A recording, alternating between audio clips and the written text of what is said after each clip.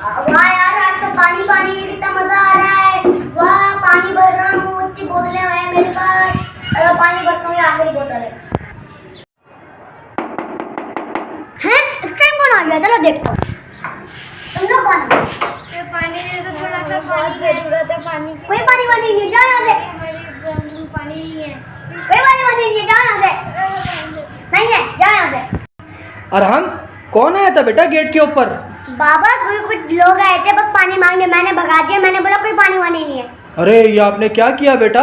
बच्चे पानी मांगने आए थे, आपने उन्हें भगा दिया। आपको पता नहीं है कि पानी कितना जरूरत होता है, उन बेचारों को प्यास लगी हुई अरे होगी। बाबा, आप कुछ भी बोलते रहते, छोड़ो।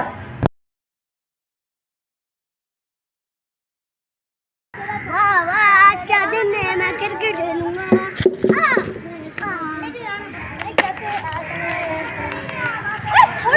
देखो यार, इससे क्या हो गया यार? अरे मेरे पास थोड़ा सा पानी है, ठीक है, इसको डाल दो।